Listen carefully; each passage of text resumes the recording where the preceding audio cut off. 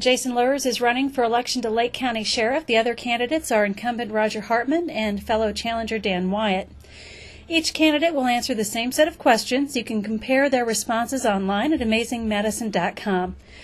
Jason, what are your thoughts on hiring a jail administrator? Something that would free up the deputies to provide more proactive law enforcement in rural Lake County. A jail administrator is an excellent idea in this setting at the sheriff's office. As you said before, it would free up deputies to go out on the road and perform their duties in that capacity rather than taking their time in the jail. So often, when a question comes up while processing a prisoner, the deputies are the ones that have to either be called, or more often than not, they come back into the office to deal with the issue.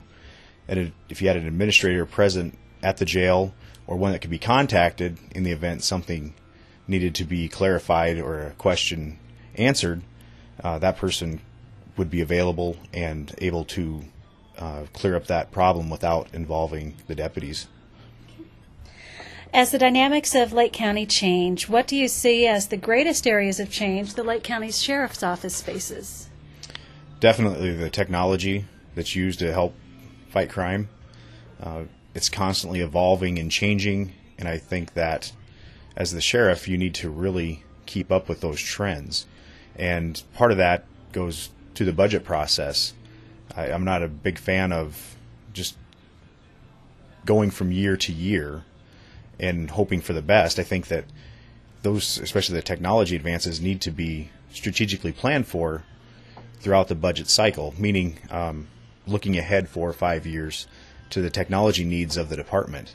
As I said before, generally, when technology comes out, it's obsolete within a year, most generally. So I think that needs to be better planned for in the budget, setting aside monies as each budget year goes by, so when the time for that technology upgrade comes, because it's not a cheap thing at all to do for the technology upgrades, that some of that money is available and waiting for that use then.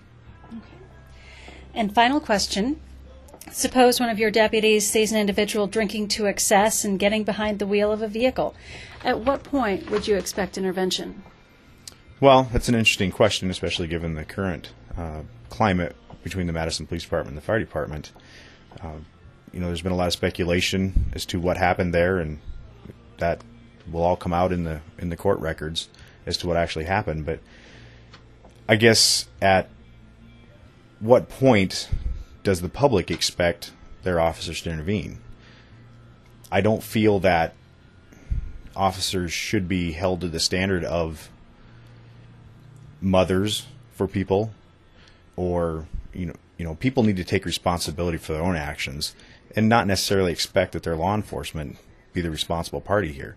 People have a decision to make about whether or not they want to drive intoxicated, and if they choose to drive intoxicated, they will and should face the consequences for those actions.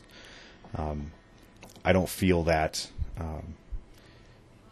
in all situations that an officer intervention is necessary.